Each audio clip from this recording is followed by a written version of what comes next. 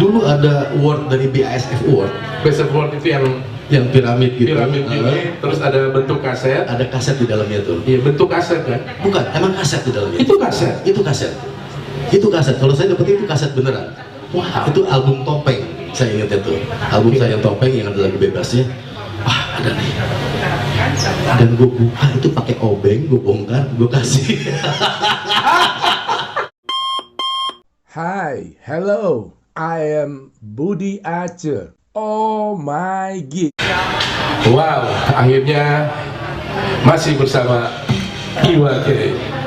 Kang, kreativitas itu ada batasnya nggak? Atau menurut Kang Iwa kreatif itu tanpa batas? Kreativitas itu harus mengakui batas buat gue, supaya kita bisa melampaui. Kita harus mengakui sakit untuk bisa sehat. Oke, menarik. Begitupun kreativitas. Kita harus gue sangat terinspirasi sama quote-nya Einstein, accept your limit and then go beyond it. Wow, pengagum Einstein kan? Sangat. Aku belajar tentang kreativitas tuh dari dua tokoh besar dunia, yang satu Einstein, satunya ke Aristoteles. Yes, ya itu udah buat saya, mereka nggak cuma bikin quotes, tapi mereka akhirnya bikin quotes dari apa yang mereka lakukan. Akhirnya kan banyak quotes yang emang sekedar quotes, gue nemu ini nggak dilakukan. Beda berasanya ketika emang nemu quotes, orang melakukan, baru akhirnya gue dapetin ini dan berbagi ke orang lain. Aristoteles, Einstein adalah seperti itu. Selain emang jagoan kita yang satu ya, Rasulullah gitu ya, selain pasti ngejalanin dan emang baru keluar dari situ. Begitupun buat gue ya, Einstein juga seperti itu, dan Aristoteles. Dan apa gini, kenapa gue mengakui batas? Kalau gue nggak mengakui batas, ini akan membosankan. Kebayang nggak kalau piano tuh nggak ada batasnya, nggak ada batas oktavnya? Kadang-kadang dari keterbatasan itu, kalau nggak ada batas oktavnya mau main sampai kemana gitu? Sampai kemana? Dan ini nggak dipacu untuk bermain di ruang situ. Kebayang nggak kalau emang akhirnya sepak bola nggak ada garis outnya? Kebayang nggak? Jadi liar, kacau banget. Nggak enak ditonton yang jelas. jadi nggak enak.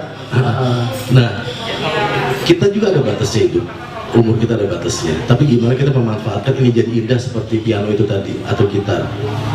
Dengan emang fret yang terbatas di situ, keindahannya nggak terbatas kan? Yang terjadi Benar. begitupun piano, apapun drum. Dari 7 not udah jutaan lagu yang tercipta. Udah jutaan lagu, nadanya sama, tapi ketukannya beda. Banyak variabel di situ, banyak kebebasan di situ gitu loh. Justru artinya kreativitas itu kebebasan tapi berbatas, atau Kebebasan itu adalah bagaimana kita menciptakan satu keindahan di keterbatasan. Kalau ngomong sotoy ya, ngomong sok tahu aja. Gimana kita menciptakan keindahan di keterbatasan yang kita punya. Keterbatasan fisik gue, keterbatasan dalam sehari itu ada 24 jam, keterbatasan usia gue, keterbatasan pertemanan gue. Kita juga ada pertemanan, ada nggak semua seorang di dunia ini kita kenal semua kan gitu. Keterbatasan apapun itu alat yang kita punya. Tapi buat gue kreativitas itu adalah kita accept kita ini berbatas, alat yang gue punya di studio cuma ini gitu loh. Kita harus accept itu. Kalau kita nggak accept, akhirnya kita belanja terus, bukan yang berkarya malah belanja terus alat-alat studio. Bener gak? iya, akhirnya numpuk, bahkan banyak yang nggak kepake. Banyak yang nggak pakai, ya belanja tapi nggak, ya udah, karena emang ngejarnya saking ngejar ketidak terbatasan buat itu gitu. Buat gue harus ada batas buat kita bisa menciptakan sesuatu yang indah yang nggak terbatas itu. Justru kreativitas itu muncul ketika ada batas-batas itu. Setuju. Zamannya kita dulu masih represif segala macam. Iya. Dono Warkop DKI lawakannya begitu luar biasa buat gue. Di waktu itu sentilan-sentilan halus yang mereka lakukan. Begitu loh dalam lawakannya misalnya. Banyak lagu-lagu, bisa Sumbang juga dulu pernah lagu-lagu protes semua dalam keterbatasan represif pada waktu itu. Malah mereka keluar sebagai sosok dengan karya yang luar biasa. Luar biasa. Kalau dari lawak lagi misalnya Kang Ibing, Ya, wah kalau udah siaran Kang Ibing, wah knowledge-nya beda sama kayak di TV ya. Bener. Wah bener-bener knowledge banget gitu loh. Dan nyentil-nyentilnya tuh ada hal bagus di situ gitu loh. Halus banget, keren. Indah banget. Kritiknya tuh indah banget. Nah, makanya itu tadi setuju sama Mas Budi bilang itu. Iya. Kadang-kadang keterbatasan itu menjadi pressure. Tapi jangan salah. Berlian itu karena pressure bisa ngomong. Tadi cuma emang oral biasa yang emang prosesnya di press, di pressure banget, akhirnya mengkilat ya. Itulah kreativitas. Setuju. Dan kreativitas itu kalau seorang Iwake gitu, kreativitasnya itu muncul saat gimana? Gue nggak, itu tadi Pak, itu gue nggak pernah membuat waktu khusus buat itu ya. Kalau misalnya penggemar, apakah juga menjadi pemicu untuk kreatif? Itu ekosistem saya. Penggemar itu ekosistem gue. Seperti misalnya ikan, ekosistemnya air. Airnya nggak sehat, ikannya nggak sehat. Setuju. Simple gitu ya, as simple as that. Nggak usah yang aneh-aneh. Wah, dibayar nggak? Itu Jadi airnya seorang Ika itu adalah fans. Iya. Fans adalah salah satu air di lingkungan gue. Ya kalau bahasa sekarang di kolam gue. Bahasa anak sekarang gitu ya. Air mesti sehat. Kita mesti memberikan kontribusi ke air itu supaya air itu memberikan kontribusi ke kita. Itu bukan sok baik, tapi itu keperluan gue. Simple aja. Momen apa yang paling menyenangkan kan saat ketemu dengan fans? Sebenarnya momen menyenangkan itu 11-12 sama momen paling bodoh dan tolol yang gue lakukan. Apaan tuh? Jadi waktu itu ada sekelompok fans datang ke studio, dia anak SMA lah, madol lah, nggak sekolah dari Surabaya, rumah udah. Aduh. Ini fans Surabaya ini datang ke rumah ke Cinere, tempatnya Guest Music Production. Gue kan nebeng tinggal di situ tuh, Guest Band tuh. Datang, stok kaset di kardus udah habis. Fans sudah datang nih. Udah habis ngobrol nih. Pas mau pulang, apa ya? Bercek di kardus udah habis nih, ini apa? Kaset udah Emang dibagi-bagi. harus ngasih sesuatu gitu kalau fans datang kan? Enggak kan? Kalau gue udah ketemu sama Iwa, dapat tanda tangan, foto-foto udah cukup dong. Iya, kalau sekarang lebih mudah dengan foto udah cukup. Kalau dulu kayaknya enggak. Dulu buat sangat sedikit orang bawa tuh style lagi istilahnya, bawa kamera gitu ya. Nggak semua. Sekarang tiap orang bawa handphone dan handphone ada fotonya. Dan canggih semuanya. Kalau dulu, aduh apa ya? Ya siapa nih? Udah cari kaset habis. Wah gimana nih? Oh ya udah. Dulu ada award dari BASF Award. BASF Award itu yang piramid gitu. Piramid ini, terus ada bentuk kaset. Ada kaset di dalamnya tuh. Iya, bentuk kaset kan? Bukan, emang kaset di dalamnya. Itu kaset. Itu kaset. Kalau saya dapet itu kaset beneran. Wah, itu album Topeng. Saya ingat itu. Album saya Topeng yang ada lagu bebasnya. Wah, ada nih. Dan gue buka itu pakai obeng, gue bongkar, gue kasih. Gue bongkar itu dari award gue dan dari pialanya itu. Itu emang ada kaset beneran? Ada kaset beneran. Itu emang di ujung-ujung itu ada model baut gitu? Iya, jadi di ujung itu tuh ada satu baut lah, nggak semua bautnya tuh. Itu bukan sampul doang tuh kan? Gue pikir tadinya itu sampul. Gue pikir cuma. Gue rasa anak-anak band lain di rumah tuh yang punya piala ini pasti ngerasa bahwa itu cuma sampul. Enggak, itu beneran. Ada kasetnya. Guys, buka. Buka deh bener. Itu bener. Terus ambil dan rusak udah kasih. Itu nggak cuma itu. Bentar dulu. Waktu buka ini si fans itu nggak tahu karena dia di teras depan. Oke, ini di dalam nih. Dalam gue nyari ke kamar, ke tempat nggak ketemu kaset. Aduh, mana ya? Oh, ada nih. Udah, gue buka deh. Gue cari obeng, gue buka, gue bongkar. Itu gue kasih. Kaget, wah, gue nggak bilang ke mereka kok itu dari ini. Gengsi dong, masa gue nggak punya kaset gue? Ya kan? Padahal emang nggak ada. Nggak ada. Itu lagi kosong. Jadi kan biasanya selalu bawa kan kalau lagi manggung, kalau lagi meet and greet selalu bawa kita kan. Nah, nggak cuma sampai di situ. Ada satu hal lagi yang gue lakukan selain itu yang bikin manajer gue ngamuk. Waktu itu Macan, Mas Arudio Pasar. foto mana ya, gue coba copotin dari satu album foto gue gitu kan, copotin deh, cuma satu, kasihan mereka kan dari Surabaya. Itu ada sekitar 4 atau 6 itu album gue kasih ke mereka semua. Padahal album itu persiapan buat apa tuh? Enggak, padahal itu emang foto dokumentasi selama manggung waktu itu, waktu konser dan lain-lain segala macam. Dan sekarang koleksi itu udah nggak ada. Akhirnya mau nggak mau, manajer gue nanya lagi ke Tagor Siagian, Iya. itu kan yang fotografer lo Tagor tuh. Udah, Gor masih ada nggak? Oh, untung masih ada. Ya udah, akhirnya cetak lagi. Beberapa nanya ke majalah, beberapa akhirnya, iya. Zaman itu masih negatif film kan? Masih negatif, masih di afdrop. Gokil.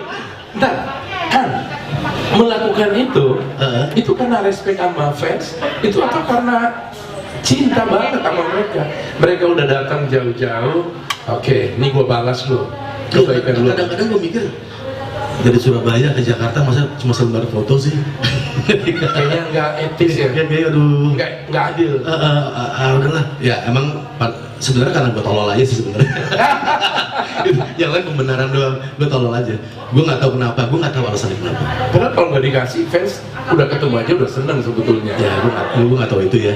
Dan mudah-mudahan masih ingat gak sih nama fansnya tuh? Kalau nggak salah zamannya masih di pet apa Twitter ya, sempat ada yang iya waktu itu gue dapat dari Mas Iwa gini. Kalau nggak salah ada sempat yang emang di komen tuh ngomong. Wah, waktu Twitter dulu tuh sempat ngeh lah.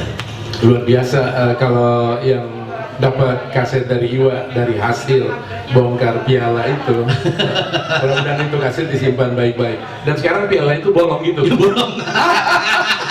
Gue pengen lihat. Boleh. Ada di masih di bolong. Ada di bolong. Ada. Masih bolong. Nah, Itu sebaiknya difoto, saran gue, terus diposting dan cerita lagi. Itu menarik. gue cuman ada kekhawatiran buat gue tidak mengapresiasi apa yang udah diberikan ke gue. Terus terang aja, gue pengen posting seolah-olah Oke. Jadi nggak etis rasanya. ego gue hanya untuk Thank you karena udah respect sama fans. Dan gue rasa ini jadi jadi inspirasi buat banyak orang bahwa menghargai fans kan harusnya, menurut gue emang seperti itu, Kang. Itu bukan tindakan yang bodoh menurut gue, tapi itu adalah respect yang tinggi terhadap penggemar. Coba bayangin, Kang, superstar itu kaya raya, duitnya dari urunan fans kan. Kebayang nggak kalau mereka nggak beli CD, nggak beli tiket buat nonton? buat itu udahlah. Kalau hal tolol ya, gue nyebut ini hal tolol tuh ya nggak terjadi sekali dua kali tapi sering banget ya, entah setelah selesai manggung dan lain sebagainya. Cuman yang paling epic sih menurut gue, paling tolol ya itu gitu. Sampai satu-satunya jaket Public Enemy kesayangan gue pun pernah. Itu ya? Jaket gue suka banget sama Public Enemy. Oke. Ada jaketnya yang limited dan itu akhirnya lepas gitu aja. Itu respect. Allah, tapi itu respect. Wah, luar biasa. Gua nggak nyangka ternyata seorang Iwa sebegitu gokilnya sama fansnya. Karena beberapa nama besar superstar itu justru di kediaman mereka nyimpan pemberian fans mereka. Jadi ada ya buat tangan lah dari fans itu. Sama Iwa di rumah ada juga ya. Apa itu? Buat tangan dari fans. Oh, ada. Apa yang paling ada satu surprise? Ada satu kalung dari Kalimantan, emang bikinan dari fans gue sendiri dengan nama gue. Emang satu itu emang bikinan tangan, bener-bener bikinan tangan. Tapi banyak ya, itu aneh-aneh karena kan pada waktu itu kan emang beragam. Fans gue emang mulai dari emang yang udah kuliah, mungkin yang udah setelah kuliah, dan juga anak-anak SD gitu ya, yang emang cuma mirip bener-bener kartun-kartun muka gue. Semuanya itu ya walaupun gak lengkap karena gue pindah-pindah rumah, tapi masih ada beberapa yang diselamatin. Ya itu kadang-kadang jadi penyemangat ya, masih malah kayak gitu ya, ketika memang bohong kalau emang di perjalanan ini nggak menemui tembok gitu, tapi akhirnya mereka itulah yang membuat pintu di tembok. yang ngalangin perjalanan kita gitu loh, tanpa terasa gitu ya. Tapi justru mereka ketika gue stuck, mereka lagi inspiring gue buat jalan, mereka lagi inspiring buat jalan gitu. Ya itu inspirasi, ngapain gue nggak mungkin gue ngancurin inspirasi gue, mereka adalah bagian dari salah satu inspirasi gitu. Dan itu bukan lip service, karena emang itu actually happen di kehidupan gue. Dan ya sebenarnya bukan fans yang gue ngeliat ya, maksudnya kita ke teman kita kan gitu. Kadang-kadang kita nemuin tembok yang membuat pintu kita bisa through dari tembok kan emang teman-teman kita juga. Ya makanya gue ngeliat mereka menyebutnya kawan seperjalanan. Ini kawan seperjalanan, ya lo bukan fans, lo kawan seperjalanan gue anjing. Gitu. Iya, apa? Lalu ya lebih dari itu gitu loh. Ya, dan ya itulah hasilnya. Gue nggak bayangin kalau apa namanya piala itu ternyata masih ada sampai sekarang. Dan kapan-kapan kalau ke tempat Iwa gue mau foto. Siap silakan. Asal bukan gue ngepost. Oke, Kang. Yes. Boleh dong di ujung obrolan kita ini, Kang Iwa nutup Oh My Gigs ini dengan apa rap yang indah. Ya sebutlah ini hadiah buat gue. Siap. Oh My Gigs, Budi Aceh. Oke, guys, inilah akhir obrolan gue dengan sahabat gue. Rasanya masih kurang. Kalau masih ada waktu lagi, izinkan saya ngundang lagi Kang untuk obrolan yang lain lagi, karena terus terang dari angle yang simple ini, tapi hari ini gue ngerasa bahwa wow, ternyata apa yang gue pahami selama ini masih sedikit. Serius, lo gila. Gue tuh di beberapa kota gue ngajarin bagaimana berpikir kreatif. Tadi begitu gue nanya, langsung keluar nama Einstein. Hah? Dekat. Itu dan Aristoteles tadi di depan disebut sebelum gue nanya soal kreativitas. Dan itu menurut gue dua tokoh kreativitas yang menginspirasi dunia sampai hari ini. Mata air banget buat mereka mata air. Dan ternyata Iwa jauh lebih paham soal kita. Oke Kang, thank you. Sama-sama, sama. Thank you for having me di sini. Thank you banget. Thank you banget Kang. Hi, hello, I am Budi Aceh. Oh My Gigs.